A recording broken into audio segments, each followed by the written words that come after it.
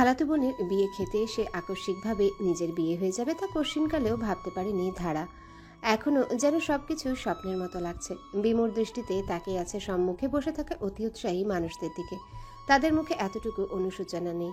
একটি মেয়েকে জোরপূর্বক বিয়ে দেওয়া হয়েছে, অথচ তাদের আহ্লাদের সীমা নেই। অবশ্য জোরপূর্বক কথাটি সম্পূর্ণরূপে ভুল। তারা মোটেই ধারাকে জোর করেছে ইমোশনাল ব্ল্যাকমেল। কথাটা ভাবতে হৃদয়ের অন্তঃস্থলে তিতকুটে অনুভূতি মাথাচাড়া দিল। এমনটা তো হবার কথা ছিল না। খালাতো বোন আফিয়ার বিয়েতে বৌযাত্রী হয়ে এসেছিল সে, অথচ আজ নিজেরই বিয়ে হয়ে গেল। ঘটনার সূত্রপাত হয় 4 দিন আগে। বিয়ের অনুষ্ঠানের প্রস্তুতি চলছিল। হুট করে ধারার নানা ভাই জামাল আহমেদ বুক চেপে ধরেন। প্রচণ্ড ব্যথায় তার মুখ নীলাভ বর্ণ ধারণ করে। ছটফট শুরু করেন তিনি। অবস্থার অবনতি দেখে ধারার বড় মামা রাজ্জাক আহমেদ তাড়াতাড়ি হাসপাতালে তাকে ভর্তি করান। বাড়ির সকলের মুখ থমথমে। শুভ অনুষ্ঠান না কালো প্রহরে পরিণত হয়। করিডোরে থমথমে মুখে বসেছিল ধারা। হৃদয়ের ভীষণ প্রিয় নানা ভাইকে অসুস্থতা তাকে ভেতর থেকে দুর্বল করে দিচ্ছিল। ঘণ্টাখানেক বাদে ডাক্তার বের হন। তিনি জানান, ওনার অবস্থা এখন মোটামুটি ভালো। ব্যথা প্রমোষিত করতে ঔষধ দিয়েছি, তবে আমার মনে হয় ওনার হার্ট অ্যাটাক হয়েছে। কিছু টেস্ট দিয়েছি, রিপোর্ট আসলে বলতে পারবো। ডাক্তারের কথায় কিং কর্তব্য বিমূঢ় হয়ে পড়েন রাজ্জাক সাহেব। বয়স 70-এর গোড়ায় হলেও বাবা তার যথেষ্ট স্বাস্থ্য সচেতন। দৃষ্টি খানিকটা ক্ষীণ ছাড়া তেমন কোনো রোগ ব্যাধি জামাল সাহেবের নেই। সঠিক সময়ে ভোজন এবং নিয়মিত হাঁটাচলা করাই তার স্বভাব। সেখানে এত বড় রোগ তার শরীরে জন্ম নিচ্ছে, অথচ ছেলে হিসেবে তার এই সম্পর্কিত জ্ঞান নেই। বেশ ভেঙে পড়লেন তিনি। নিজেকে একজন ব্যর্থ ছেলে মনে হতে লাগলো। এর মাঝে নার্স জানিয়ে যায় জামাল সাহেব নিজের পরিবারের লোকজনদের সাথে দেখা করতে চায়। প্রথমে রাজ্জাক সাহেব এবং সুভাষিনী বেগম ভেতরে গেলেন। মিনিট 15 বাদে থমথমে মুখে বের হলেন। গম্ভীর রাশভারী কণ্ঠে বললেন, বাবা, অনল এবং ধরার সাথে দেখা করতে চান। অনল ধারার মামাতো ভাই। সে রাজ্জাক সাহেব এবং সুভাষিনী বেগমের একমাত্র ছেলে এবং জামাল সাহেবের বড় নাতি। তৃতীয় প্রজন্মের বড় ছেলে বিধায় এই বাড়িতে তার দাপটও বেশ করা। হবেই বা না কেন? সর্বদা ভালো ছাত্রের ট্যাগ যে লাগানো। শুধু তাই নয়, সুদর্শন পুরুষ হিসেবে যথেষ্ট জনপ্রিয়তা আছে ধারার বান্ধবী মহলে। কেউ কেউ তার জন্য প্রেমপত্র লিখেছে, কিন্তু সে নির্বিকার চিত্তে তা প্রত্যাখ্যান করে দিয়েছে। তার মনে কেউ তার যোগ্য নয়। ধারার ঠিক কারণেই লোকটাকে অপছন্দ। নিজেকে যথারীতি প্রিন্স উইলিয়াম ভাবা ব্যক্তিটি সর্বদাই যেন তার উপর নিজের আধিপত্য খাটাতে চায়।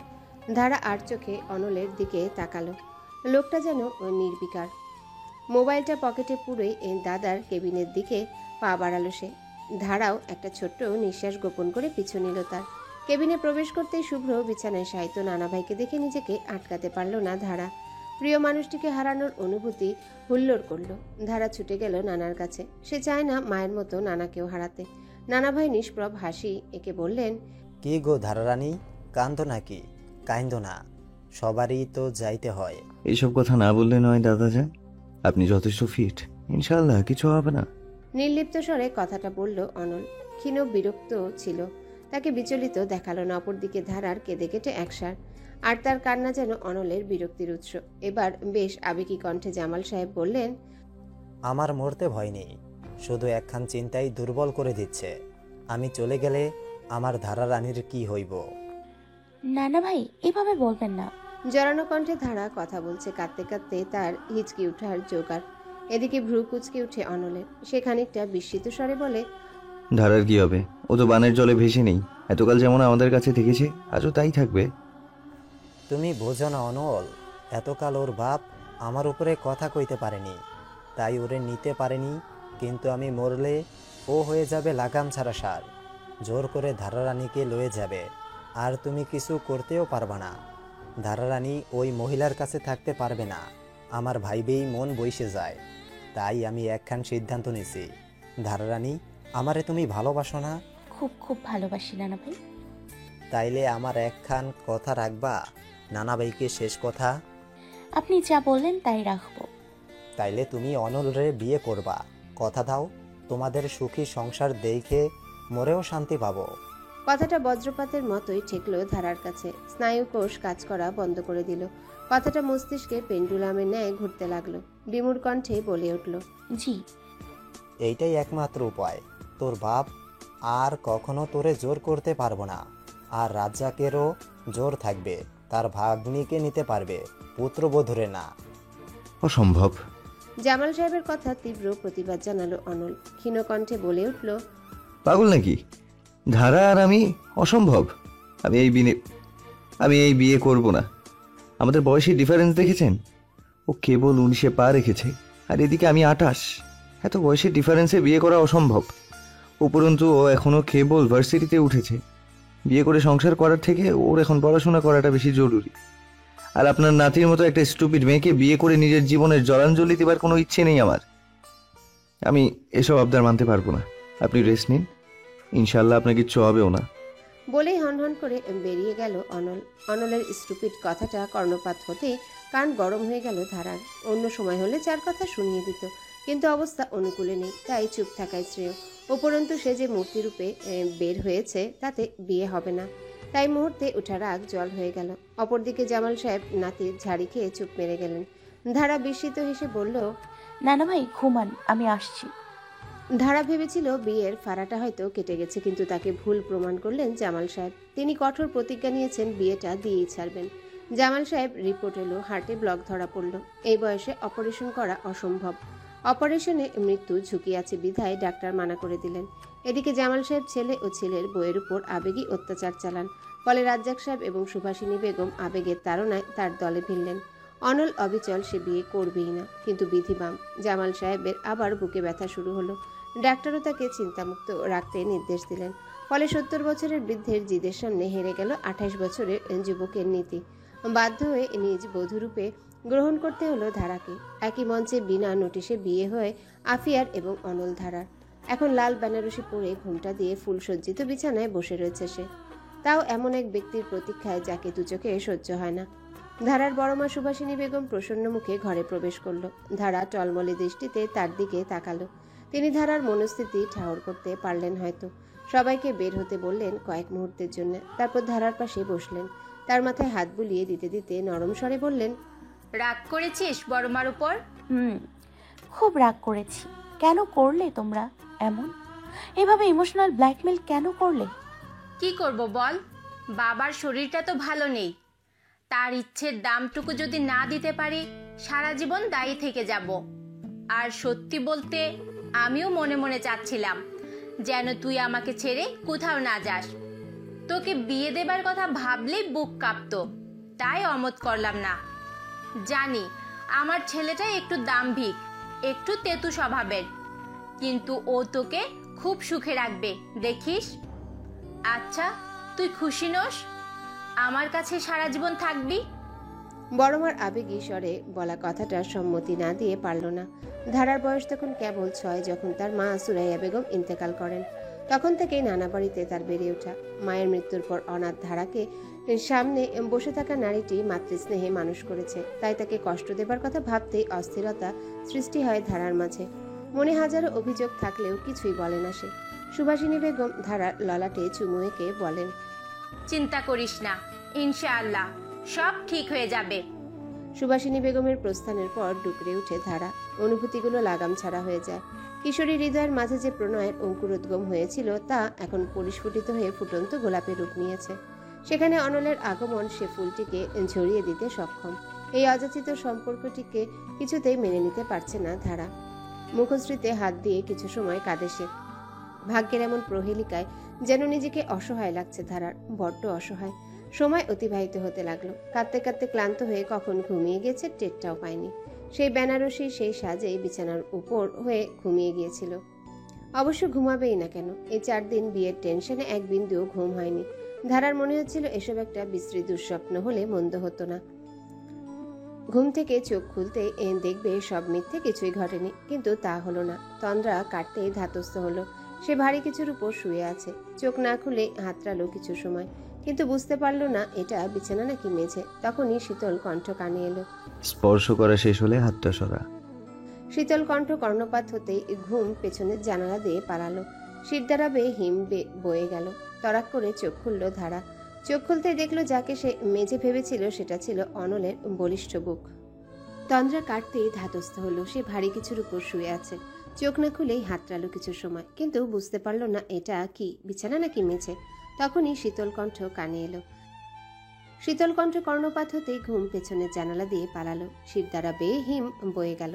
তড়াক করে চোখ খুলল ধারা। চোখ খুলতেই দেখলো যাকে সে মেঝে ভাবছিল সেটা ছিল অনলের বলিষ্ঠ বুক। সে এত সময় অনলের বুকের উপর ঘুমাচ্ছিল। মাথা তুলতেই অনলের গভীর কালো নয়নে আটক হলো তার নয়নজোড়া। শান্ত অথচ সুগারও দৃষ্টি হৃদয়ের অন্তঃস্থলে এক অসহ্য অনুভূতি ডানা মেলল। কিশোরীর হৃদয়ে শিহরণ জাগালো। এই প্রথম কোনো পুরুষের এতটা সন্নিকটে এসেছে সে। এ যেন এক না বলা অনুভূতি। কোমল গালজোড়ায় রক্ত জমল, ধীরে রক্তিম হয়ে উঠল। অনলের সুগভীর নয়নে তাকিয়ে থাকার সাহস হলো না। তড়িৎ গতিতেই সরে পড়ল সে। বিছানায় অপর কোনায় গুটিসুটি মেরে বসল। দৃষ্টি মেঝেতে নিয়ে গেল। অনলও উঠে বসল। তার মনস্থিতি ঠাহর করা দুষ্কর। শ্যাম মুখশ্রীতে নির্বিকার বরাবরই। ধারার মনে হয় মানুষের মুখশ্রী তার মনের দর্পণ। এই বাক্যটি খাটে না কেবল অনলের ক্ষেত্রে, কারণ তার মুখশ্রী দেখে মনের ছিটেফোঁটাও বোঝা যায় না। ডান্ত চাহনি, নির্লিপ্ত ভঙ্গিমা, অবিচল অনল। ধারা আর চোখে একবার চাইলো তার বরটির দিকে। অন্যদিকে তাকিয়ে রয়েছে, বেশ ঘন ঘন শ্বাস নিচ্ছে। হয়তো এতটা সময় ধারাকে বুকে নিয়ে রেখেছে বিধায় কষ্ট হয়েছে। কিন্তু একটা ব্যাপার ধারার কিশোরী মনে প্রশ্ন সৃষ্টি করলো। অনল ভাইয়ের কানজোড়া কেন রক্তিম দেখাচ্ছে? তার কি কানে ব্যথা, নাকি আজ বিয়ের দিনও বড় মা তার কান মলেছে? প্রশ্নটা মুখ ফসকে বের হয়ে যেও হলো না, কারণ প্রিন্স উইলিয়ামকে এখন চটানো যাবে না। এর থেকেও কঠিন প্রশ্ন তাকে করতে হবে। সে প্রশ্ন হলো বৃহৎ প্রশ্ন, 10 মার্কের। এই 1-2 মার্কের প্রশ্ন করার কোনো মানেই নেই। অনল মুখ গোল করে একটা দীর্ঘশ্বাস ছাড়ল। ঈষৎ বিব্রত স্বরে বলল, তুই এখানে ঘুমা, আমি বাইরে যাচ্ছি। ওরা কেউ নেই বাইরে। এখন বাইরে গেলে সমস্যা হবে না। সব কয়টা হয়েছে মির্জাফর। আমাকে পাহারা দেওয়ার জন্য দাদাজানের কাছে ঘুষ খেয়েছে। ভালো লাগে না। যার বিয়ে তার হুঁশ নেই, পাড়াপড়শির ঘুম নেই। অনল উঠে দাঁড়ালো। সাদা পাঞ্জাবির হাতাটা কোনোই অবধি গোটানো। এলোমেলো অবিন্যস্ত চুলগুলো বা হাত দিয়ে টেনে পিছনে নিল। বিছানার পাশের টেবিলে অবহেলিতভাবে রাখা মানিব্যাগ এবং সিগারেটের প্যাকেটটা পকেটে পুড়ে বাহিরের দিকে পা বাড়াতে ধারা থমথমে স্বরে বলে উঠল, কেন বিয়েতে রাজি হলে তুমি অনল ভাই? তুমি না বলেছ এই বিয়ে তুমি করবে না, তাহলে কেন রাজি হলে? ধারা, সারাদিন খুব ক্লান্তি গেছে। আমরা এসব নিয়ে কালকে কথা বলবো। তুই রেস্ট নে। বেশ শান্ত এবং ধীর কণ্ঠে কথাটা বলল অনল। সে মোটেও এখন এই বিষয়টা নিয়ে কথা বলতে চাচ্ছে না। দাদাজানের ইমোশনাল ব্ল্যাকমেলের কাছে পরাজিত হবার পর অনাকাঙ্ক্ষিত ভবিষ্যৎ নিয়ে তার ভাবতে ইচ্ছে হয়নি। সে সত্যি জানে না অদূর ভবিষ্যতে তার এবং ধারার প্রণয়ের ছাপ থাকবে কিনা, নাকি কেবল প্রহেলিকা হয়েই থেকে যাবে এই বিয়েটুকু। ধারার কিশোরী মনটি যে এখনো অবুঝ। অনলের উত্তরটি ধারাকে শান্ত করার বদলে আরো অস্থির করে তুলল। ভেতরের জমায়িত অভিমানগুলো ক্রোধে রূপ নিল। চুপ করে সহ্য করা সম্ভব হলো না। বিদ্রোহ করে উঠল কিশোরী ধারা। অভিমানী স্বরে বলল, কাল কেন, আবার আজই বিহিত চাই? নানা ভাইয়ের সামনে তো খুব বলেছিলে আমার মতো স্টুপিড মেয়ের জন্য জীবন জলাঞ্জলি দিতে পারবে না। সেই সিদ্ধান্তে কি হলো? নাকি বিয়ের পর মত বদলে নিয়েছো? একদিনেই মন বদলে গেল নাকি? আমি এই বিয়ে মানি না, পারবো না আমি এই অযাচিত সম্পর্ক বয়ে নিতে। অনল ভাই, আমারও ইচ্ছে আছে, পছন্দ আছে। নানা ভাই বৃদ্ধ মানুষ, সে না হয় বুঝিনি, কিন্তু তুমি কি করে পারলে? আমার জীবনটাকে নিয়ে জুয়া খেলা খেলতে একবারও বিবেকে বাঁধলো না? তুমি নাকি অশিক্ষিত মানুষ? তোমার মতো বিচক্ষণ মানুষ আর হয় না। কি হলো সেসবের? কেন এমনটা করলে তুমি? নাকি আমার সাথে শোধ তুলতে করলে এমনটা? তোমাকে বিরক্ত করার শোধ। আমি উত্তর চাই অনল ভাই, উত্তর দাও। এখন দেবে, আজই দেবে। অনল এত সময় হাত মুষ্টিবদ্ধ করে শুনছিল। চোয়াল শক্ত হয়ে এলো তার। সারাদিনের ধকলে শরীর এবং মন উভয়ই ক্লান্ত। তার মাঝে এই তীক্ষ্ণ প্রশ্নগুলো যেন শান্ত মস্তিষ্কে আগুন ধরিয়ে দিল। শান্ত অনল অগ্নিমূর্তি ধারণ করলো। পেছনে ঘুরে ঝুঁকে দাঁড়ালো ধারার দিকে। ধারার চোখে চোখ রাখলো। অনলের এমন কাজে খানিকটা ভরকালো ধারা। ঈষৎ কেঁপে উঠল সে। অনলের জ্বলন্ত চোখ জোড়ায় তাকাতেই গলাটা শুকিয়ে গেল ধারার।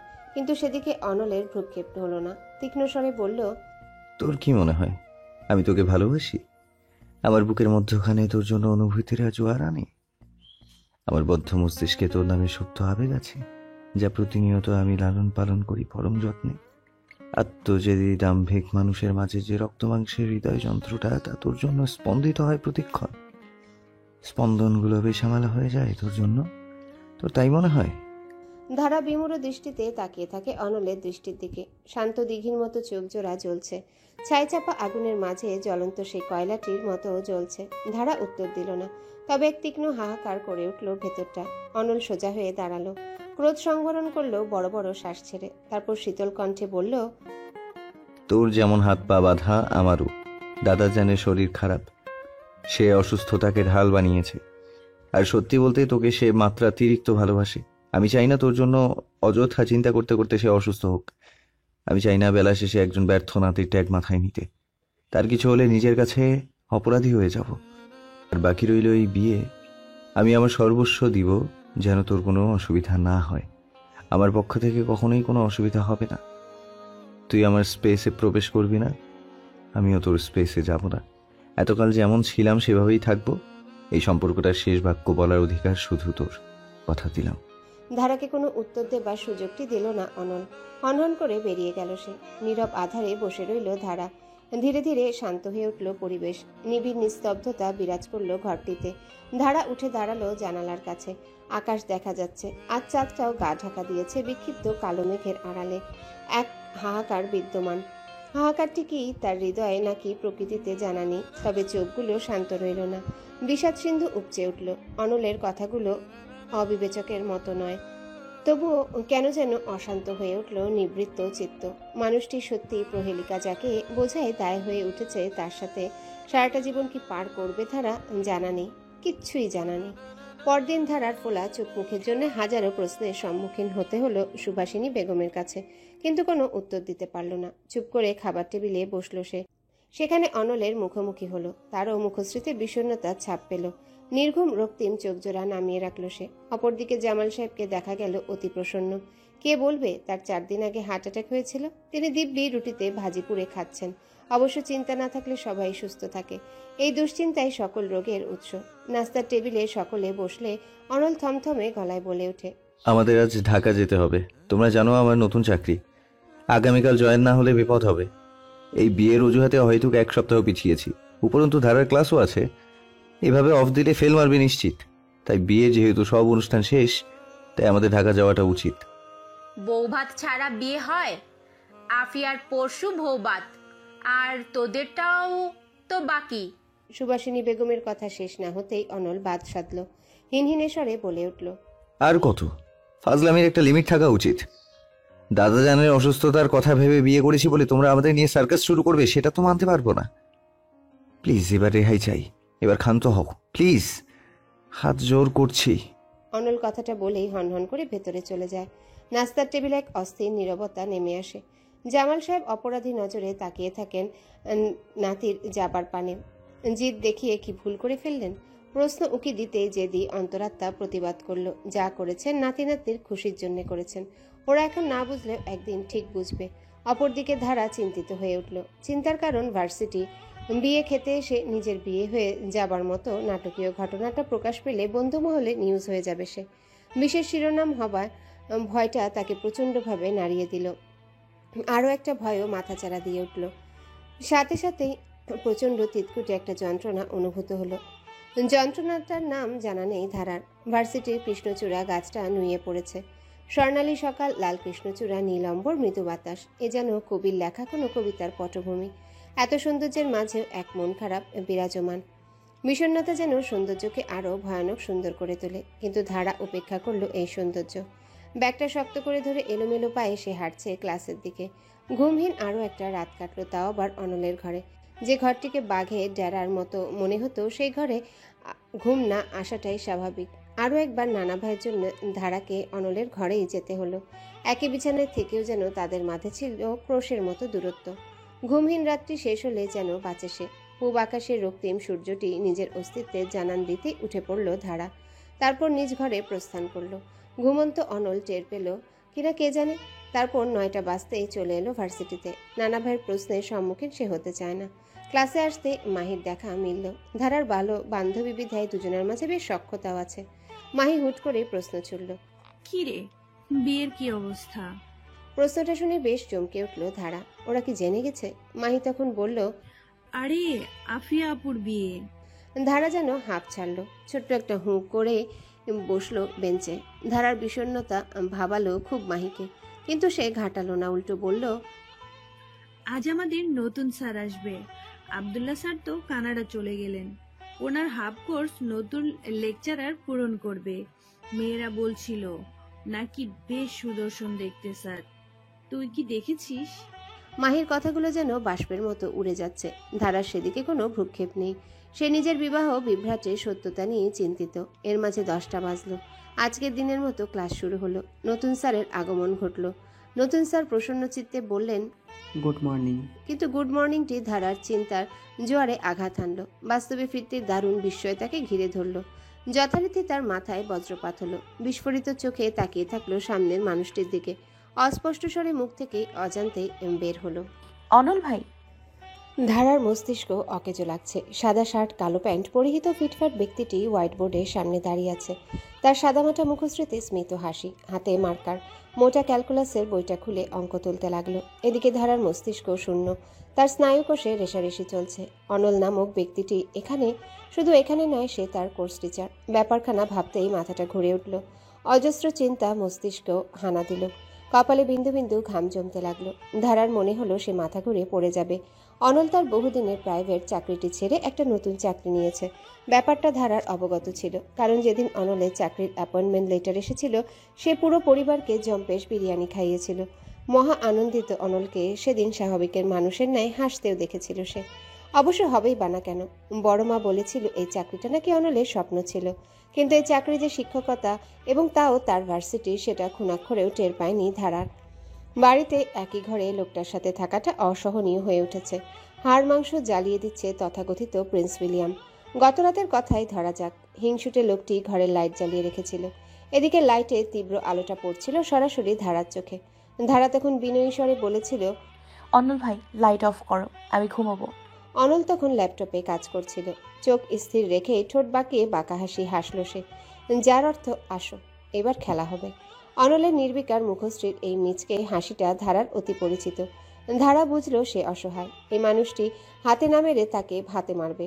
কাজ করতে করতেই অনল ঠ্যাস মারা স্বরে বলল, আমি কাজ করছি, আর আমার ঘরের লাইট সারা রাতি অন থাকে।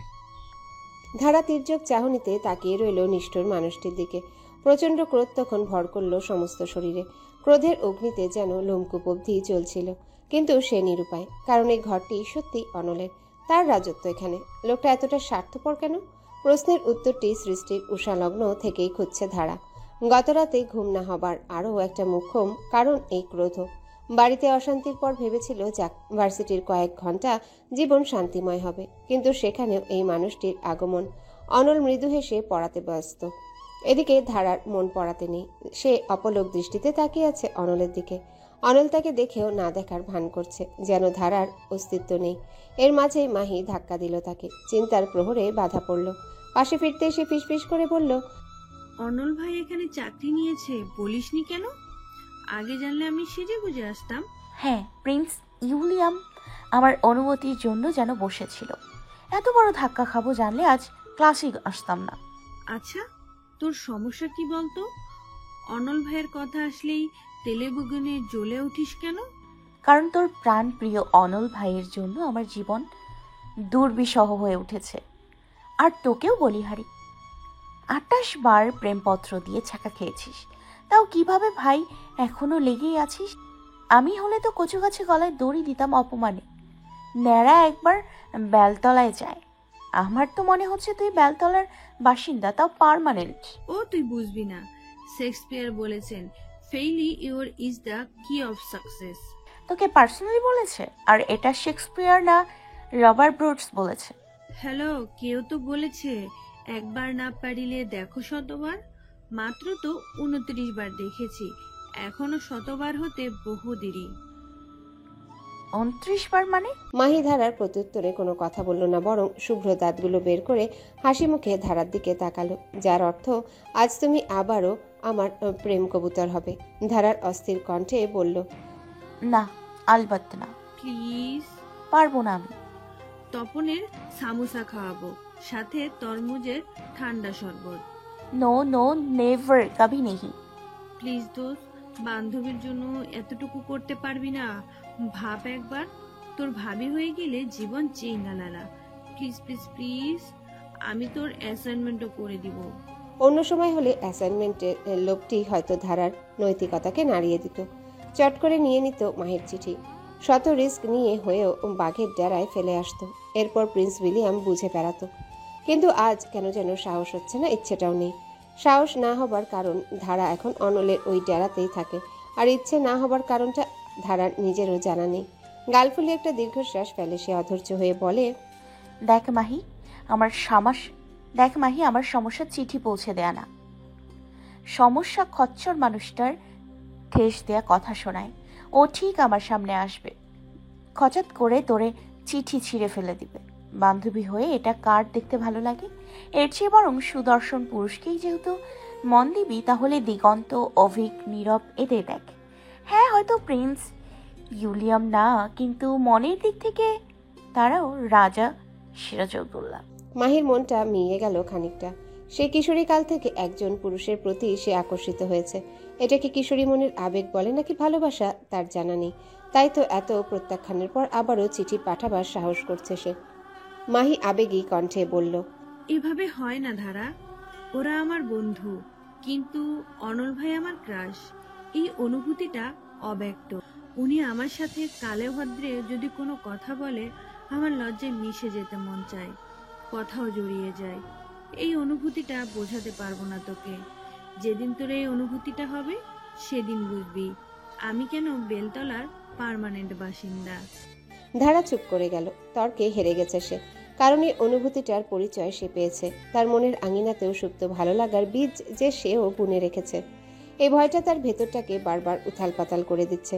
মানুষটার সামনে গেলে কি শক্ত থাকতে পারবে, নাকি তীব্র বেদনায় আচ্ছাদিত হবে তার সমস্ত হৃদয়?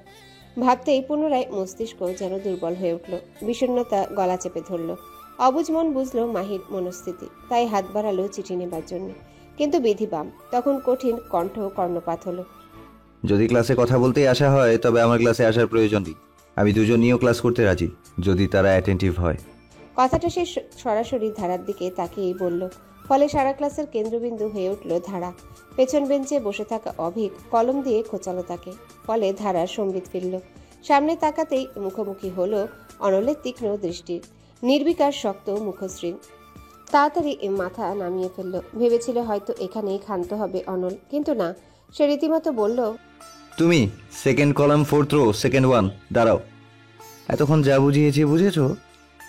ধারা বুঝলো এটা প্রিন্স উইলিয়ামের অপমান করার ফন্দি। সারা ক্লাসের নজর তার দিকে। ছোটবেলায় 60-70 জনের ক্লাসে ভূতের মতো দাঁড়িয়ে থাকাটা ততটা গুরুত্বপূর্ণ ছিল না যতটা না ভার্সিটি মাত্র 45 জন মানুষের মাঝে দাঁড়িয়ে থাকা। সকলের তীক্ষ্ণ বিস্মিত দৃষ্টির কেন্দ্রবিন্দু হওয়ার মতো বিব্রতকর পরিস্থিতি যেন দ্বিতীয়টি নেই। ধারা কোনো মতে মাথা দুলিয়ে বলল, জি। তাহলে পরের ইকুয়েশনটা কি হবে?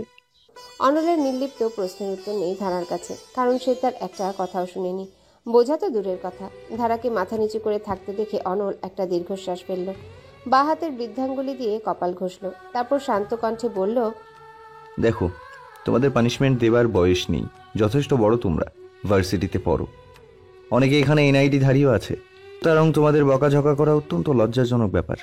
অন্য স্যাররা কেমন আমি জানি না, তবে আমার ক্লাসে মাছের বাজার হবে এটা আমার পছন্দ নয়। এখানে কথা হবে ক্যালকুলাস বিষয়ক। আজ প্রথম দিন, তাই কিছু বলবো না, তবে এরপর থেকে কথা বলার ইচ্ছে হলে সোজা বাহিরে চলে যাবে।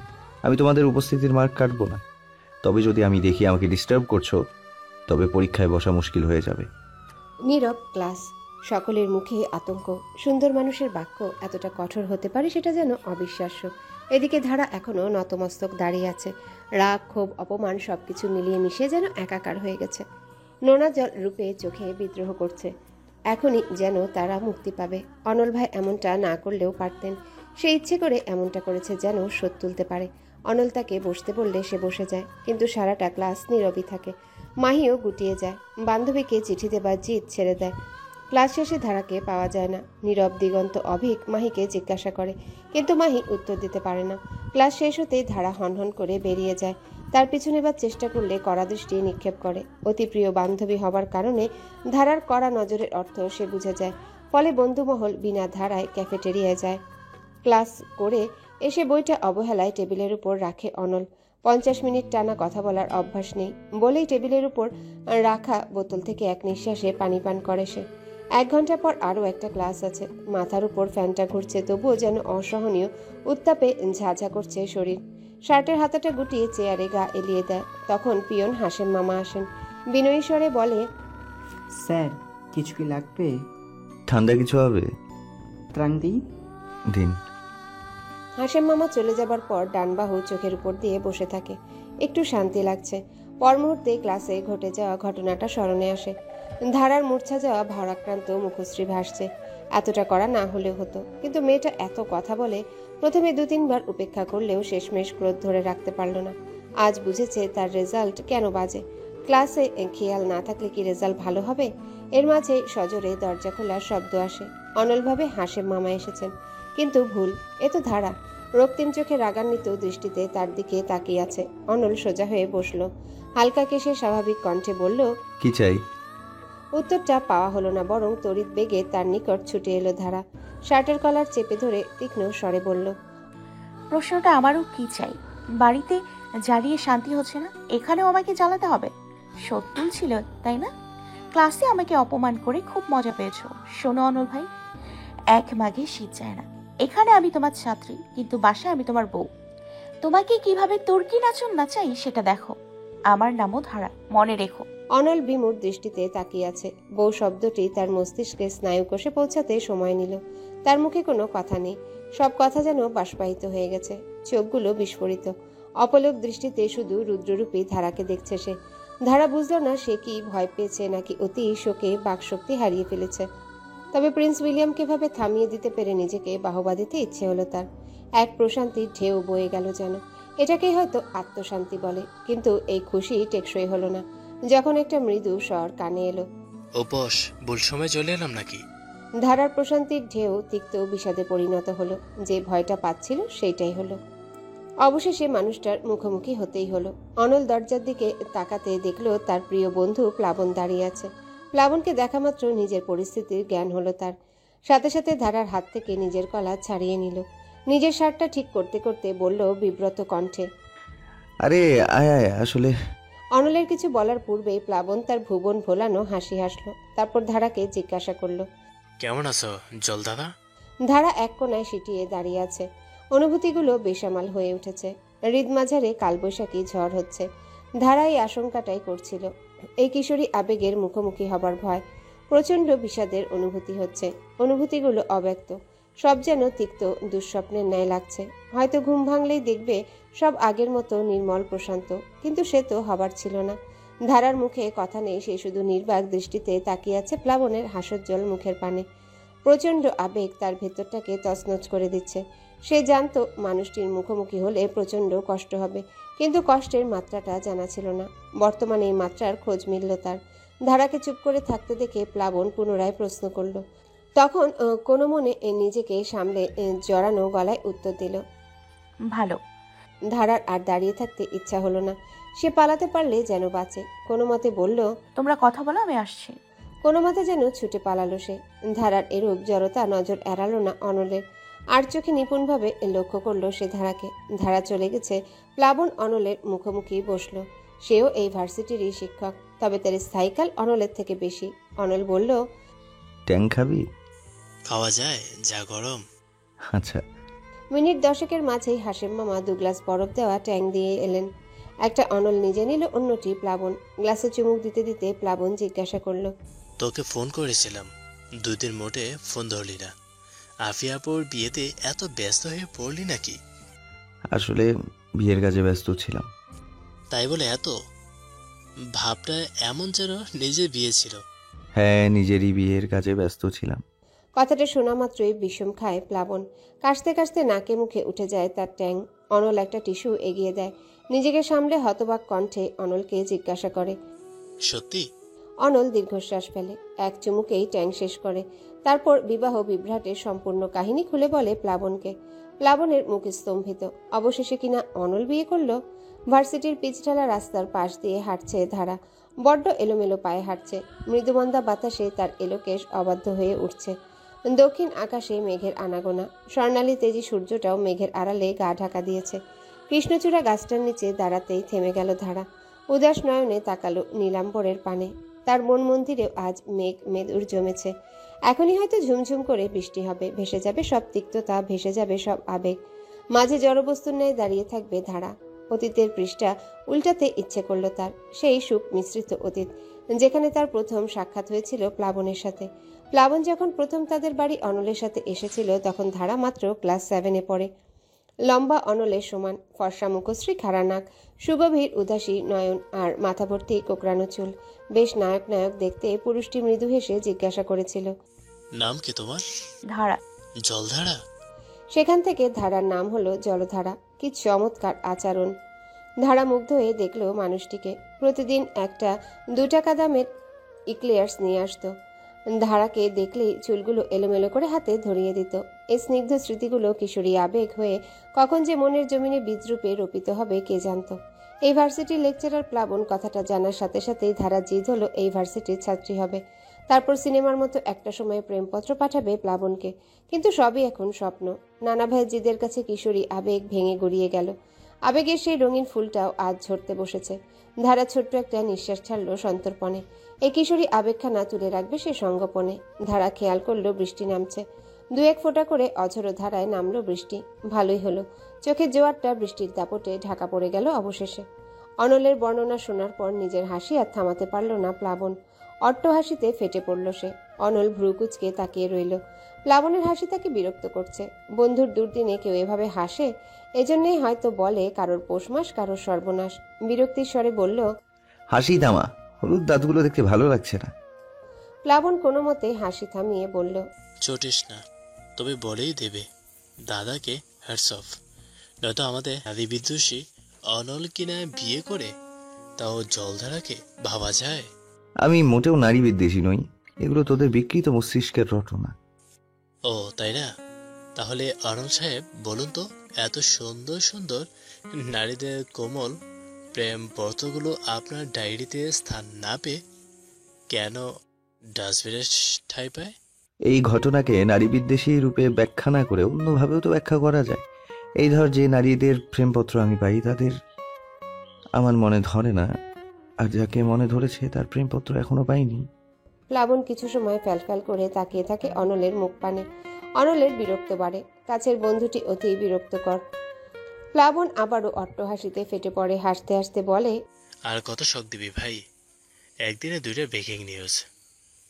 অনলের বিয়ে, আবার অনলের কোনো নারীকে মনে ধরেছে। তা বলে রোমিও তোর বিয়ে হয়ে গেছে? এখন মনে ধরেও লাভ নেই। ধ্যাত, অবজাত, তোদের মতো মানুষের জন্যই রোম পুড়েছিল, বুঝলি? না, আমাদের জন্য না, তোমার মতো এক রোমিওর জন্য পড়েছিল। আমরা তো শুধু দর্শক। আচ্ছা, মজা বাদ দে। এই বিয়েটাকে নিয়ে কিছু ভাবছিস? কিভাবে কি করবি? এবার চুপ করে গেল অনল। থমথমে হয়ে গেল মুখ। গাম্ভীর্য ছেয়ে এলো মুখে। রাশভারী কণ্ঠে বলল, এটা তো আমারও চিন্তা। আসলে ধারাটা যে বড্ড ছেলে মানুষ, শুধু তাই নয়, বড্ড জেদি, সেন্সিটিভ। ওর স্বভাব খুব ভাবাচ্ছে, বুঝলি? আমাদের মধ্যে কোনো কালেই সখ্যতা ছিল না। আমি বাম বললে তাকে ডান বলতেই হবে। আর ফুপি মারা যাওয়ার পর থেকে বাবা মা দাদাজান তাকে মহারানী ভিক্টোরিয়ার মতো রেখেছে। ও কি মানিয়ে নিতে পারবে আমার সাথে? আমি কি পারবো ওর মনের মতো হতে? প্রচণ্ড ভাবাচ্ছে। আর গরম তেলে পানি ঢালার মতো মানুষ আমার শ্বশুর তথা ফুপা তো আসেননি। উনি দেশে আসলে 3য় মহাযুদ্ধ বাঁধবে।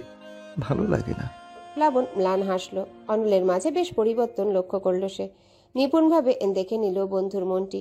কিছু সময় চুপ করে থেকে বলল, এত ভেবে চিন্তে কিছু হয় না, সবার উপর ছেড়ে দে। সবাই ঠিক বলে দেবে কি করা উচিত। আর অন্য নারীতে মনোনিবেশন না করে বউয়ের উপর নজর দাও। আসলাম। অনল হেসে দিল। বউ? হ্যাঁ, বউই তো। রাগী জিদি একগুয়ে রণচণ্ডী বউ তার ধারা। ধারা বাসায় পৌঁছালে একেবারে কাকভেজা রূপে। ছাতার অভাবে ভিজতে হলো বিনা নোটিশের বর্ষায়। বাসায় ঢুকতেই বড় মার প্রশ্নের সম্মুখীন হতে হলো তাকে। ভিজলি কিভাবে? ছাতা নিসনি? আর সকালে খেয়ে যাসনি কেন? হুড়মুড়িয়ে চলে গেলি। খেয়েছিস কিছু? না। যা, কাপড় বদলে আয়। খাবার দিচ্ছি, খেয়ে নে। বিষণ্ণ মনটার কথা বলতে ইচ্ছা করছে না, তাই মাথা দুলিয়ে রওনা দিল নিজ ঘরের পানে।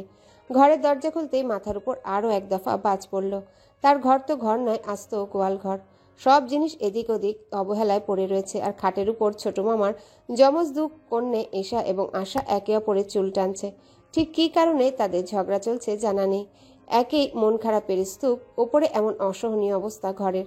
ধারার মাথায় আগুন জ্বলে উঠল। তেরে যেয়ে দুটোকে দুটো গাঁটটা মেরে দিল। কড়া কণ্ঠে বলল, এটা কি মাছের বাজার? তোরা কি মানুষ হবি না? ধারাপু, আমার কোনো দোষ নেই, এই আশাটাই আমার ক্লিপ নিয়েছে। ধারার মেজাজ আরো তিরিক্ষি হলো। তীব্র স্বরে বলল, এই চুপ, বের হ আমার ঘর থেকে, এক্ষুনি বের হবি। যমজ বিচ্ছু দুটো তাদের 28টা দাঁত বের করে বলল, তা হচ্ছে না দাদা যান, এই ঘর আমাদের দিয়েছেন, বলেছেন এই ঘরে এখন আমরা থাকবো। ধারার বুঝতে বাকি রইল না এই বিনা নোটিশে ছোট মামার আগমনের কারণ। হয়তো সকালে নিজ ঘর থেকে বের হতে দেখে ফেলেছিলেন নানা ভাই, তাই দাবার ঘোড়া চাল চেলেছেন। ছোট মামা এবং পরিবারকে নিয়ে এসেছেন, আর ধারার ঘর সঁপে দিয়েছেন নিজের একান্ত সেনাপতি যমজদের হাতে। উফ, দাদা নাতি দুটোই একই রকম, হাড় জ্বালিয়ে দিল একেবারে। নানা ভাইকে ভালোবাসে বলে অত্যাচারগুলো মুখ বুজে মেনে নিতে হচ্ছে ধারার। আর নয়, এর বিহিত চাই চাই। একরাশ বিরক্তি নিয়ে ছুটল সে নানা ভাইয়ের ঘরে। বিছানায় হেলান দিয়ে জামাল সাহেব আপন মনে শ্রীকান্ত বইটি পড়ছেন। বয়স হলেও বই তার খুবই ভালো লাগে। শরৎচন্দ্রের এক একটা লেখা তার খুবই পছন্দ। অসুস্থতা তো আছেই, কিন্তু মনকে সতেজ রাখাটা জরুরি। জীবন তো ক্ষণস্থায়ী, আজ নয়তো কাল, পরকালে তো যেতেই হবে। তাই নিজেকে আটকে রাখবেন না তিনি। বই পড়েন, কবিতা লিখেন, ব্যস্ত যুবক বয়সে যা করেননি সেগুলোই করেন। এমন সময় আগমন ঘটল তার ছোট ছেলে ইলিয়াসের। তার কপালে চিন্তার সূক্ষ্ম রেখা। মোটা ফ্রেমের চশমা নামিয়ে জামাল সাহেব জিজ্ঞাসা করলেন, কিছু কইবা আব্বা? আব্বা, বিপদ হয়ে গেছে। কি হইছে? সেলিম ভাই ধরার অনলের বিয়ে সম্পর্কে জেনে গেছি। আমাকে ফোন করেছিল, খুব চেতে আছেন উনি, বেশি খালি খেলাচও করেছেন। শান্ত মুখটা চট করে শক্ত হয়ে উঠল জামাল সাহেবের। বুকের মধ্যখানে একটা তীব্র ব্যথা অনুভূত হলো, কিন্তু ইলিয়াসকে বুঝতে দিল না। তীব্র স্বরে বলল, ওই খানকির পুতের সাহস কি করে হয় ফোন দেওয়ার? ওর লজ্জা করে না? আব্বা, উত্তেজিত হবে না, সেলিম ভাই চাইলেই তো আর হবে না, আমার তো আসি। ও আসুক, আমিও দেখাম ওই বেয়াদব কি করে। আমার মাইয়াডারে মাইরে শান্ত হয় নাই, এখন নাতিডারে মারতে চায়, ফাজিল পোলা। আব্বা শান্তন, উনি এই মাসের শেষে আসবে, চিন্তা করবেন না, অনল ধারাকে সামলে নেবে। আপনি অসুস্থ, আপনি উত্তেজিত হবেন না। জামাল সাহেব আরও তীব্র হুঙ্কার ছাড়লেন। ইচ্ছে মতো গালমন্দ করলেন সেলিম সাহেবকে, কিন্তু কথাগুলো ধারার কান অব্দি পৌঁছালো না। বাবা আসবে কথাটাই তার জন্য যথেষ্ট ছিল। এলোমেলো পায়ে রওনা দিল অনলের রুমে। বাঘের ডেরাতে প্রবেশ করল সে। গা এলিয়ে দিল বিছানায়। অনুভূতিগুলো মিলেমিশে একাকার হয়ে যাচ্ছে। প্রচণ্ড কান্না পাচ্ছে, প্রচণ্ড কান্না। ফ্যানের দিকে তাকিয়ে থাকতে থাকতে কখন যে ঘুমিয়ে গেল টেরটিও পেল না। এই ঘুমটি দীর্ঘকালের হলে হয়তো ভালো লাগতো, চিরকালের হলে হয়তো তারা মুক্তি পেত। অনল বাড়ি ফিরল সন্ধ্যার আগ মুহূর্তে। কাজ শেষ করে আড্ডা দিতে দিতে কখন বিকেল ফুরিয়ে গেছে টেরটি পায়নি। জ্যামও ছিল হালকা। ব্যস্ত দিনের নিষ্পত্তির পর সবাই বাড়ি ফিরতে ব্যস্ত, তাই যানজট তো হবেই। অনল বাড়িতে ঢুকতেই ছোট মামার দেখা পেল। নিষ্প্রভ কণ্ঠে সালাম দিয়ে রুমে গেল সে। বড্ড ক্লান্ত শরীর, এতদিন পর টানা কথা বলেছে সে, গলাও ব্যথা করছে। নীরব নিস্তব্ধ আধারে নিমজ্জিত ঘরে প্রবেশ করতে প্রশান্তি স্নিগ্ধ ঢেউ বয়ে এলো অনলের হৃদয়। কি শান্ত পরিবেশ। অনল লাইট না জ্বালিয়ে ড্রেসিং টেবিলের সামনে দাঁড়ালো। ঘড়ি, মানিব্যাগ সব রাখলো সেখানে। তারপর আয়নার দিকে তাকাতেই দেখলো একটা কালো অবয়বের প্রতিবিম্ব। প্রতিবিম্বটি ঠিক তার পেছনে। অগোছালো চুল মুখের সামনে লেপ্টে আছে উদ্ভ্রান্ত শান্ত দৃষ্টি। জামা কাপড় এলোমেলো। ক্লান্ত মস্তিষ্ক মুহূর্তে জমে গেল। বুকটা কেঁপে উঠল অনলের। তার ঘরে কারোর উপস্থিতি হতে পারে কথাটা যেন মাথায় ছিল না। প্রচণ্ড ভয় তাকে ঘিরে ধরল। কপালে ঘাম জমতে লাগলো। ভয় মিশ্রিত চোখে পিছনে ফিরতেই মনে হলো অবয়বটি তার কাছে আসছে। টাল সামলাতে না পেরে মাটিতে বসে পড়ল সে। জোরানো স্বরে চেঁচালো, ভূত, ভূত! সাথে সাথে অবয়বটি লাইট জ্বালাতো। এলোমেলো চুলগুলো মুখের উপর থেকে সরাতে সরাতে নিদারুণ অসহায় কণ্ঠে বলল, অনল ভাই, ভূত না, আমি ধারা। অনল এখনো ভয়ার্ত চোখে তাকিয়ে আছে ধারার দিকে। ধারা খেয়াল করলো সে প্রচণ্ড ঘামছে। তার ঠোঁটের উপর বিন্দু বিন্দু ঘাম জমেছে। চোখগুলো বিস্ফোরিত হয়ে আছে। মুখ ফুলিয়ে জোরে জোরে শ্বাস নিচ্ছে। মৃত সন্ত্রস্ত অনলকে দেখে ধারাও খানিকটা বিচলিত হয়ে যায়। টেবিলে রাখা বোতলটি এগিয়ে বলে, শান্ত হও, আমি খাও, পানি খাও। অনল কাপা হাতে পানির বোতলটা নিল। এক নিঃশ্বাসে পানি খেল সে। এখন একটু স্বাভাবিক লাগছে। ভয়টা এখনো পুরোপুরি কাটেনি। বুকটা ঈষৎ কাঁপছে, হৃদস্পন্দন বেসামাল এখনো। হয়তো পালস অক্সিমিটারে মাপলে 100-এর উপরে পালস পাওয়া যাবে। অনল কিঞ্চিত স্বাভাবিক হতেই ফট করে ধারা প্রশ্ন ছুড়ে দিল, তুমি কি ভূতে ভয় পাও অনল ভাই? প্রশ্নটা কর্ণপাত হতেই তীব্র লজ্জা ঘিরে ধরল অনলকে। 28 বছরের তাগড়া যুবক নাকি ভূতে ভয় পায়, ব্যাপারটা শুধু হাস্যকরই নয়, চরম লজ্জাজনক। উপরন্তু এতকাল তার ভাব গাম্ভীর্যের জন্য ছোট ছোট ভাই বোনদের মাঝে একটা দাপট আছে। বড় হবার কারণে সবার উপর একটা রাজত্ব খাটানোর অধিকারটি তার জন্মলগ্ন থেকে প্রাপ্ত। সেখানে এত বড় দুর্বলতাটা যদি প্রকাশ্যে চলে আসে, তবে মান ইজ্জতের আর রেহাই হবে না। তার থেকে বড় কথা, একজন গণিতের টিচার কিনা ভূতের ভয় পায়। এ যদি সমাজ জানে, তবে আর মুখ দেখাবার জায়গা থাকবে না। অবশ্যই তো তার দোষ নেই, ভয় একটা প্রবৃত্তি, যা মনের অজান্তেই চুপিসারে ঢুকে পড়ে মনের গহীনে। তারপর ধীরে ধীরে তা বিস্তার লাভ করে, শাখা প্রশাখা মেলে নিজের রাজত্ব তৈরি করে।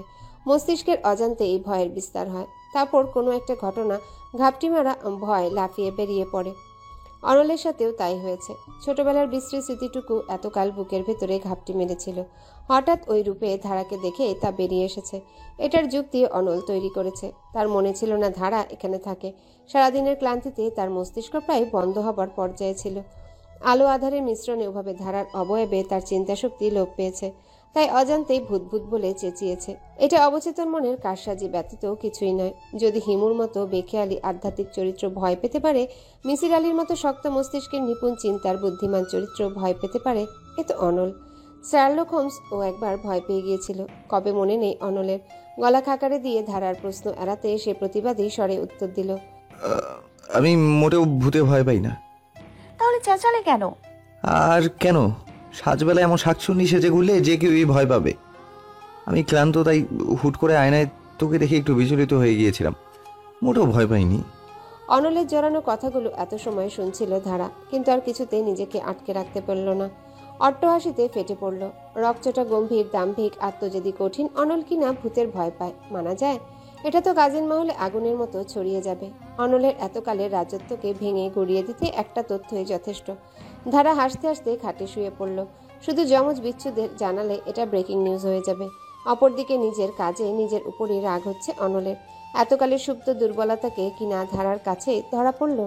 ধমকের স্বরে বলল, পাগলের ন্যায় হাসছিস কেন? হাসি থামা। বলেই ওয়াশরুমে ছুটল সে।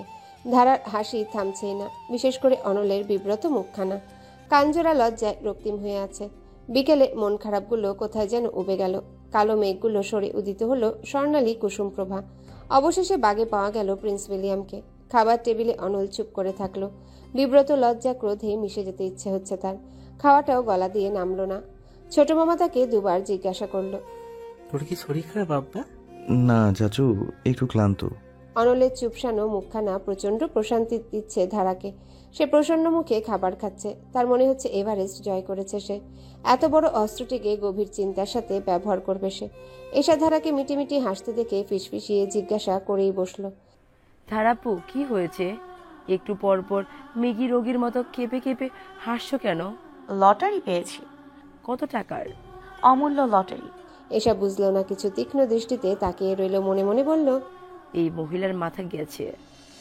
ধারার প্রসন্নতা নজরে এড়ালো না। এই মেয়ের ভরসা নেই, কখন ধূপধাপ কাহিনী ফাঁস করে দিবে ঠিক নেই। তাই কঠিন সিদ্ধান্ত নিল অনল। সিদ্ধান্ত আপোষের। খাবার পর প্রসন্ন চিত্তে রুমে ঢুকতেই অনলের মুখোমুখি হলো ধারা।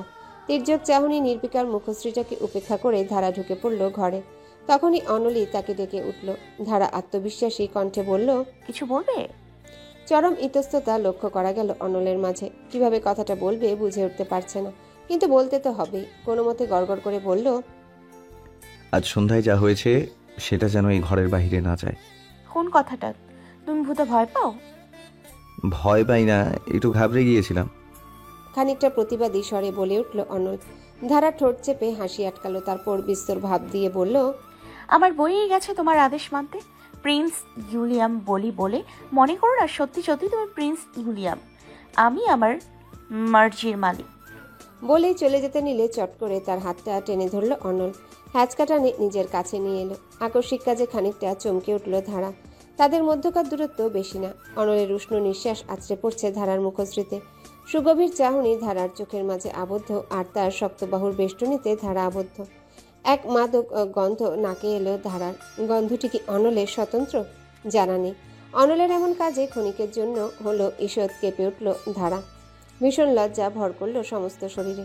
আত্মবিশ্বাসগুলো উবে গেল। কিছু বলার আগেই অনল বলল, এক মাঘে শীত যায় না, প্রথমবার রিকোয়েস্ট করছি, ভাব দেখাস না, ঘুরে ফিরে এই ঘরেই থাকবি তুই।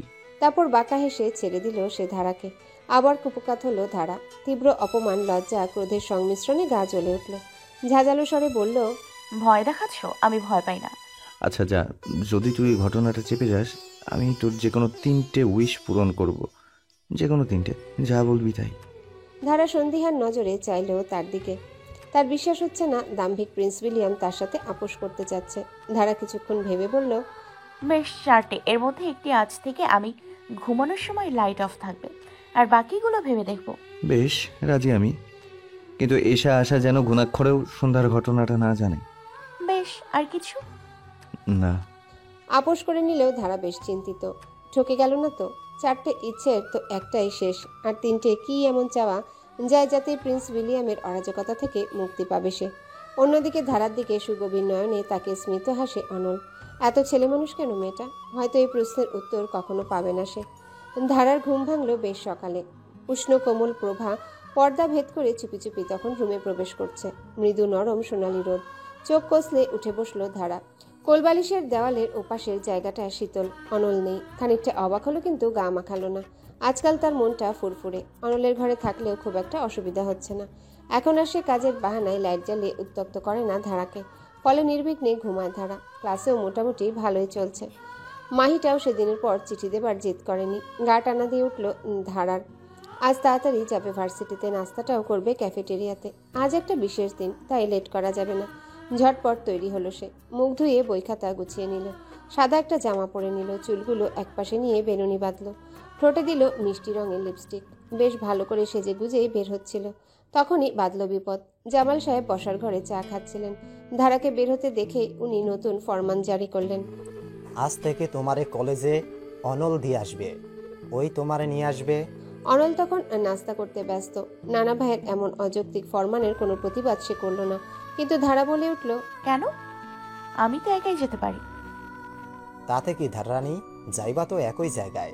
তোমার স্বামীও তোমার দায়িত্ব নিক, যাতে তোমার বাপ আমার ওপর আঙুল না তুলতে পারে। নানা ভাইয়ের যুক্তির কাছে কোনো যুক্তি দেখাতে পারল না ধারা। সুভাষিনীও হেসে বলল, একদম ঠিক বাবা। আমার কি টেনশন হয় বলবেন না। মেয়ে মানুষ একা একা যাতায়াত করে, দিনকাল তো ভালো না। আর ছেলেরা যা পাজি, আমার ধারাও তো কম সুন্দরী না। যদি উঠিয়ে নিয়ে যায়। মানুষের বুদ্ধির এত আকাল পড়েনি যে ধারাকে তুলে নিয়ে যাবে। জানের মায়া সবারই আছে। মিনমিনিয়ে কথাটা বলে উঠে গেল অনল। ধীরে বললেও কথাটা ঠিক কানে গেল ধারার। জ্বলন্ত দৃষ্টিতে যদি কাউকে ভস্ম করা যেত, তবে আজ অনলকে করতো সে। নানা ভাইকে যুক্তি দেখাতে যেও পারল না। বৃদ্ধ মানুষটার কাছে যেন সবকিছুরই উত্তর আছে, তাই বাধ্য হয়ে অনলের সাথে যেতে হবে তাকে। বের হতেই দেখলো প্রিন্স উইলিয়াম তার জানে উঠে বসে আছেন। ব্যস্ত গলায় বলল, হাসুন মহারানী, এই দাসকে কৃতার্থ করুন। মনে মনে হাজার গালমন্দ করলেও মুখে প্রকাশ করল না। উঠে বসলো অনলের বাইকে। পিচের রাস্তা চুড়ে চলল অনলের বাইকটি। ভার্সিটির গেট থেকে বেশ দূরত্বে আসতেই ধারা ব্যস্ত কণ্ঠে বলল, এখানে রাখো, আর যেও না। কেন? আমি চাই না তোমার সাথে আমাকে কেউ দেখুক। হট টপিক হয়ে যাব। অনল বাইক থামাতে নেমে পড়ল ধারা। অনল কিছু বলার আগে ছুটল সে। অনল চেয়ে রইল ধারার যাবার পানে। আশেপাশ নির্বিঘ্ন পর্যবেক্ষণের পর ভার্সিটিতে প্রবেশ করল ধারা। তার বন্ধুমহল বা ক্লাসের কাউকে নজরে পড়েনি। কিন্তু ওই যে কথাই আছে, যেখানে বাঘের ভয় সেখানেই সন্ধ্যা হয়। দীর্ঘ প্রশান্তির নিঃশ্বাস ফেলে ক্লাসের দিকে পা বাড়াতে মুখোমুখি হলো দিগন্তের। তির্যক নয়নে সে তার দিকে তাকিয়ে আছে। ছেলেটা তার বন্ধুদের একজন। ধারা কিছু বলার পূর্বেই সে শান্ত স্বরে প্রশ্ন ছুড়ে দিল, অনল স্যারের সাথে তোর কি সম্পর্ক? প্রশ্নটা শুনতেই পিলে চমকে উঠল ধারার। চুরি করতে যে অপরিপক্ক চোরেরা ধরা পড়ে গেলে যেমন আমতা আমতা করে, ঠিক তেমন আমতা আমতা করতে লাগলো সে। মস্তিষ্কটা হুট করে যেন ল্যাপটপের উইন্ডোজ শাটডাউনের মতো বন্ধ হয়ে গেছে। উত্তরটা অতি সরল, তবুও যেন ভাষা হারিয়ে ফেলেছে ধারা। আমতা আমতা করে বলল, কিসের সম্পর্ক? কোনো সম্পর্ক নেই। ওনাকে তো এর আগে আমি দেখিনি। অনল স্যারের বাইক থেকে তোকে নামতে দেখেছি আমি। ঝেড়ে কাশ, লুকিয়ে লাভ নেই। শীতল অবিচলিত কণ্ঠে কথাটা বলল দিগন্ত। ধারা বুঝলো মিথ্যের পাহাড় বানিয়ে লাভ নেই। দিগন্তের শকুনি নজর তাকে দেখে ফেলেছে। দিগন্তের এই পেজ 3 রিপোর্টারদের মতো সকল জায়গায় উপস্থিত হওয়ার ব্যাপারটা বড্ড অপছন্দ ধারার। যখনই কিছু হয় সবার আগে সেটা তার নজরেই পড়তে হয়। উপরন্তু সেই খবরটা বিবিসি চ্যানেলের মতো সারা ক্লাসে ছড়াবার মতো মহান কাজটিও সে নিজ দায়িত্ব মনে করে পালন করে। একটা ছেলে যে এতটা চুগলখোর হতে পারে ওকে না দেখাতে ধারা জানতো না। তবুও তার সাথে ধারার সখ্যতা আছে, কারণ ব্রেকিং নিউজ শুনতে কার না ভালো লাগে। ল্যাব সেশনের মাঝে হুটহাট কে কাকে প্রপোজ করলো, কোন মেয়ের কোন সিনিয়রের উপর ক্রাশ, কোন জোড়া কপতি স্যারের নজরে পড়লো, কোন কোন গ্যাং মারামারি করে মাথা ফাটালো, ব্যাপারগুলোর মশলাদার গল্প শুনতে খুব একটা মন্দ লাগে না। ছাত্র হিসেবে ডাহা ফেলু হলেও খবর প্রচারে সে 100তে 100। এখন তাকে যদি ধারা জানায় সে শ্রদ্ধেয় নতুন স্যারের স্ত্রী, তাহলে পরদিন সকালে সে হয়ে যাবে ভার্সিটির জমজমাট খবর। ধারা চায় না হট টপিক হতে। বন্ধু মহলে আলোচনা সমালোচনার মধ্যমণি হওয়াটা ততটা খারাপ নয় যতটা তাকে এড়িয়ে চলাটা। স্যারের বউয়ের সাথে কে স্বাভাবিকভাবে কথা বলবে? যা একটু অনলের নামে 2-4টা সমালোচনা শুনে কান জুড়াতো আর হিহি করতো সেটাও হবে না। গাল ফলি একটা ছোট নিঃশ্বাস ছাড়ল সে, হতাশ গলায় বলল, ঠিক তাই চাঁদ, বলে ফেলো। কেন তার বাইকে চড়ে এলি? কে হয় উনি? দেখ তুই তো জানিস আমি মামাবাড়িতে মানুষ। হ্যাঁ তো? অনল ভাই, মানে আমাদের অনল স্যার, আমার বড় মামা ছেলে। উনি আমার মামাতো ভাই, সে কারণেই তার বাইকে চড়ে আসা। যদি আমার ইচ্ছে ছিল না, কিন্তু কি করব, বড়দের কথা অমান্য করা আমার অভ্যাস নেই। ধারার কথা শেষ হবার আগেই তীব্র স্বরে দিগন্ত বলে উঠল, স্যার তোর মামা তো ভাই, আগে বলিসনি কেন? সাথে সাথেই ধারা তার মুখ চেপে ধরল, দাঁতে দাঁত চেপে বলল, এজন্য বলিনি। তোর পেট তো ফাটা ঢোল, একটা কথা চেপে রাখতে পারিস না। শুধু মাহি জানে, কারণ ও আমার স্কুলের বান্ধবী। আর খবরদার দিগন্ত, ক্লাসে কেউ যদি জানে আমি তোর দাঁত ভেঙে দিব। নিজ মুখ ছাড়াতে ছাড়াতে দিগন্ত বলে উঠল, এতে এত লুকোচুরি কি আছে? বরং এটা তো আরো ভালো, ক্লাসের লোক তোকে মাথায় তুলে নাচবে। হ্যাঁ, কিন্তু যখন দেখবে ওই অনল স্যার আমাকে 2 পয়সার দাম দেয় না, সেই মাথা থেকে আছাড় মেরে ফেলে দেবে। তুই ভাই আমার, একটু চুপ করে থাক, সময় হলে আমি নিজেই বলবো। তোর ভাই হতে আমার বই গেছে। মিনমিনিয়ে কথাটা বলল দিগন্ত। ফলে ধারার কানে গেল না। সত্যি লুকানো কি মিথ্যার কাতারে ফেলা যায়? প্রশ্নটার উত্তর জানে না ধারা। তবে ভার্সিটি জীবনে খানিকটা শান্তির জন্য এই পথটাই বেশি উপযুক্ত লাগলো তার কাছে। হৃদয়ের অন্তঃস্থলে কিঞ্চিত খচখচানি থাকলো অবশ্য। ঠিক কেন জানা নেই, হয়তো অব্যক্ত অর্ধেক সত্যিখানাই কারণ। ধারা বেশি ভাবল না, দিগন্তের সাথে পা বাড়ালো ক্লাসের পানে। এদিকে তাদের দুজনকে প্রগাঢ় দৃষ্টিতে এত সময় লক্ষ্য করছিল কেউ। দৃষ্টিটি প্রখর এবং সুচালো। যত সময় তাদের দেখা যায় ঠিক তত সময় তাকিয়ে থাকলো সে। তারপর গমন করলো নিজ গন্তব্যে। ক্লাসে আজ বেশ রমরমা পরিবেশ। কেক আনা হয়েছে, একটা প্লাস্টিকের ছুরিরও ব্যবস্থা করা হয়েছে। আজ একটা বিশেষ দিন, আজ প্লাবন স্যারের জন্মদিন। গত সেমিস্টারে মানুষটি তাদের কেমিস্ট্রি কোর্স নিয়েছিল। ধারার মতো পুরো ক্লাস তার ভক্ত, কারণ 45 মানুষের একজনও ফেল করেনি, বরং সবার কোর্সে গ্রেড ছিল ভালো। তাই সকলের তার প্রতি ভালোবাসাটাও মাত্রাতিরিক্ত। ফেসবুকের জামানায় স্যারের জন্মদিন জানা কোনো কঠিন ব্যাপার নয়। সে তো অনল স্যার নন, যার ফেসবুক আছে কিনা ব্যাপারটা সন্দিহান। আর পছন্দের স্যারের জন্মদিন পালন করা আজ একটা ফ্যাশনই বলা যায়। ফলে প্লাবন স্যারের জন্মদিন পালনের জন্যেই এত আয়োজন। ধারাও ঠিক সেই কারণেই হালকা সেজেগুজে এসেছে। কিশোরী মনের আবেগই হোক না, তাকে যত্ন করতে দোষ কোথায়? সে তো আর মনের কথাটা উজাড় করে বলছে না, শুধু মানুষটার বিশেষ দিন পালন করবে। প্লাবন ভাইয়ের জন্য সে একটা উপহারও কিনেছে, কেক কাটার পরে দিবে। ক্লাসের রিপ্রেজেন্টেটিভ প্লাবনকে ডেকে আনলো। প্লাবনের ক্লাস না থাকায় সে এলো। এত চমৎকার আয়োজন দেখে আবেগে আপ্লুত হলো, কিন্তু ধারার উপহারটা দেওয়া হলো না। সব পরিকল্পনায় পানি ঢেলে দিল একটাই মানুষ, অনল। কেক কাটার সাথে সাথেই সে তার ক্যালকুলাসের বই নিয়ে হাজির হলো। প্লাবন কোনো মতে বলল, সবাইকে অনেক ধন্যবাদ। এমন বার্থডে হতে হবে জানতামই না, সত্যি ভালো লেগেছে। কেকটা কেটে তোমরা খেয়ে নাও। অনল স্যার হে তো দাঁড়িয়ে আছেন, আর আমি সময় দেব না? আরো একবার বলো ধন্যবাদ। প্লাবন বেরিয়ে গেলে ছাত্ররা কেক খেতে ব্যস্ত হয়ে পড়ল। সবাই খেলেও ধারা খেলো না, কারণ তার সযত্নে আনা উপহারটি এখন তার হাতেই রয়ে গেল, প্লাবনকে দেওয়া হলো না। এদিকে চরম বিরক্তি ফুটে উঠল অনলের মুখে। একেই গরমে শার্টখানা ভিজে গেছে, অথচ তার ক্লাসের বাইরে দাঁড়িয়ে থাকতে হচ্ছে। ছাত্ররা মনের সুখে কেক খাচ্ছে। এদের কারোরই হয়তো মনেও নেই আর 2 মাস পর সেমিস্টার ফাইনাল। বাহাতের বৃদ্ধাঙ্গুলি ঘষতে ঘষতে দীর্ঘশ্বাস ফেলল, তারপর বলল, হয়েছে তোমাদের? সবাই বলল জি স্যার। অনল সময় নষ্ট না করে ভেতরে প্রবেশ করলো। তারপর নির্বিকার ভঙ্গিমায় বলল, এই যে পেপার, প্রত্যেককে পাস করে দাও। আজ তোমাদের সারপ্রাইজ টেস্ট নেব। সারপ্রাইজ টেস্টের কথাটা বিশাল অ্যাটম বোমের মতো কাজ করলো। ছাত্রছাত্রীদের উল্লাসগুলো মুহূর্তে উবে গেল। রিপ্রেজেন্টেটিভ আমতা আমতা করে বলল, হ্যাঁ, 10 মার্কের। এটা ক্লাস অ্যাসাইনমেন্টের সাথে যুক্ত হবে। ফার্স্ট পেপার পাস করো। সবাই বলল, স্যার সারপ্রাইজ টেস্ট? সকলের মুখ থমথমে। পরীক্ষা শুরু হলো। অনল পায়চারি করছে।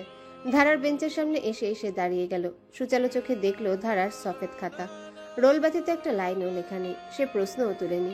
অনল কিছু সময় তীক্ষ্ণ দৃষ্টি প্রয়োগ করলো, যার অর্থ, তুই ক্লাসে কি একটু মনোযোগী হতে পারিস না?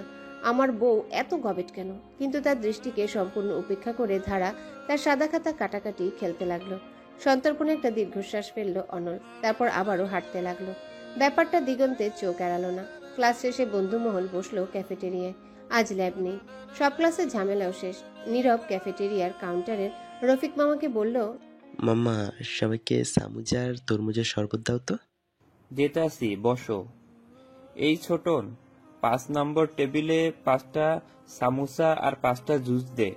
এর মাঝে অভিক বলে উঠল, অনল স্যার আজ কাজটা কি করলো? Surprise test. আরে জানিয়ে পরীক্ষা নিল পাই 10-এ 2। সেখানে সারপ্রাইজ টেস্ট নেবার কি মানে? আমি তো সাদা খাতা জমা দিয়েছি। নীরবকে উঠিয়ে দিল। ধ্যাত, এই জন্য তো তোকে এত ভালোবাসি। আজ নোট খাতাটা নিয়ে যাবি। নীরব এবং অভিকের কথার মাঝেই দিগন্ত বলে উঠল, ধারা তো নিশ্চয়ই 10-এ 10 পাবি। এটা কেন মনে হলো? অদ্ভুত, তোর ভাই তোকে জানায়নি এটা হতে পারে? যে ভয়টা পাচ্ছিল সেটাই হলো। দিগন্ত কথাটা ফাঁসি করে দিল। অমনি সকলের দৃষ্টি তার দিকে ঘুরে গেল। দিগন্তের দিকে কটমট করে চাইলেও সে তা উপেক্ষা করে বলল, ক্লাসে কেউ পাশ না করলেও ধারা ঠিকই পাশ করবে। অনল স্যার তোর ভাই? আগে বলিসনি কেন? এত বড় কথাটা তুই চেপে গেলি। সকলের প্রশ্নে বিরক্ত হয়ে উঠল ধারা। তাই বাধ্য হয়ে খোলাসা করলো তার এবং অনলের সম্পর্কটা। সব শুনে অভিক দীর্ঘশ্বাস ফেলে বলল, ঠিক বলেছিস। এই কাজিনগুলো নষ্টের গোড়া। দেখ না, আমার কাজিন জিআরিতে ভালো নাম্বার পেয়ে জার্মানিতে স্কলারশিপ পেয়েছে। আমার ফুপু সুন্দর মিষ্টির প্যাকেট নিয়ে হাজির। ফলে সেই মিষ্টিতে ফ্যাজনের কথাগুলো আমার নসিবে জুটলো। বাবা তো বলেই দিয়েছে, এবার যদি আমি রিটেক খাই সোজা বাড়ি ছাড়া করবে। এত আলোচনার মাঝেও মাহিকে দেখা গেল চুপচাপ। সে গভীর চিন্তায় ডুবে আছে।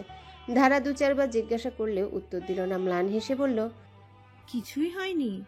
হঠাৎ সে উঠে বলল, তোরা খা, আমি একটু আসছি, কাজ আছে। আর প্রশ্ন করলো না ধারা। নির্বাক চাহনিতে মাহির যাওয়া দেখলো। তখনই উপহারের কথা স্মরণ হলো। সেও বলল, তোরা খা, আমি ওয়াশরুম থেকে আসছি। ক্যাফেটেরিয়া থেকে বের হয়ে একাডেমিক বিল্ডিং এর দিকে হাঁটা দিল ধারা। তার ভার্সিটির একাডেমিককে উল্টো দিক থেকে যেতে কোথায় একটা মাঠ পড়ে। সেখানে নরম ঘাসের উপর বসে আড্ডা দেয় ছাত্ররা। দুপুরবেলায় মাঠটা প্রায় থাকে নির্জন। সূর্যের জ্বলন্ত রোদ সরাসরি পড়ে বিধায় এই সময় এখানে কেউ আসে না। তাই এই পথটাকে বেছে নিল ধারা। প্লাবন ভাইকে উপহার দেওয়াটা কারোর নজর না পড়াই ভালো। ধারা বিল্ডিং এর দিকে বাঁক নিতেই থেমে গেল সে। মাঠের এক কোনায় দুটো পরিচিত মুখের দর্শন পেতেই তার পা থেমে গেছে।